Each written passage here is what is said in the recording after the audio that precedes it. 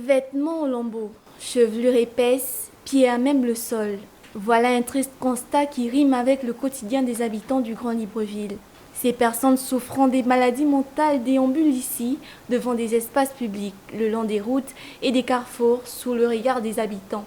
Alors qu'en juillet 2020, une opération dite de ramassage des malades mentaux avait été lancée par le ministère de la Santé, avec pour ambition zéro malade mentaux dans les rues de la capitale. Sur le terrain, le constat est autre. Leur présence se fait de plus en plus ressentir avec des comportements agressifs pour certains. Bon, j'ai été agressée par un fou. Je sortais du lycée avec des amis et on a croisé justement un fou sur notre route, vu qu'on était en train de marcher. Et tout d'un coup, il s'est mis à nous poursuivre. Donc on s'est séparés, chacun est parti de son côté et on s'est retrouvés jusqu'à un certain carrefour. Je lui ai dit harceler parce que le fou réclamait que je lui donne de l'argent et je n'en avais pas. Et moi de base, je ne donne pas l'argent au fou.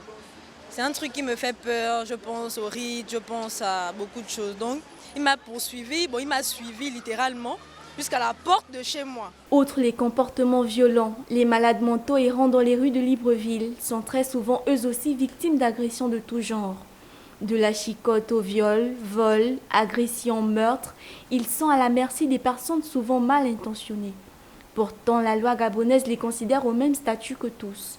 En son article 230 du Code pénal, elle précise que tout acte qualifié de coups et blessures volontaires sur la personne d'autrui est puni de 5 ans d'emprisonnement et d'au moins 1 million de francs CFA d'amende, et cela peu importe que la victime soit mentalement déficiente ou pas.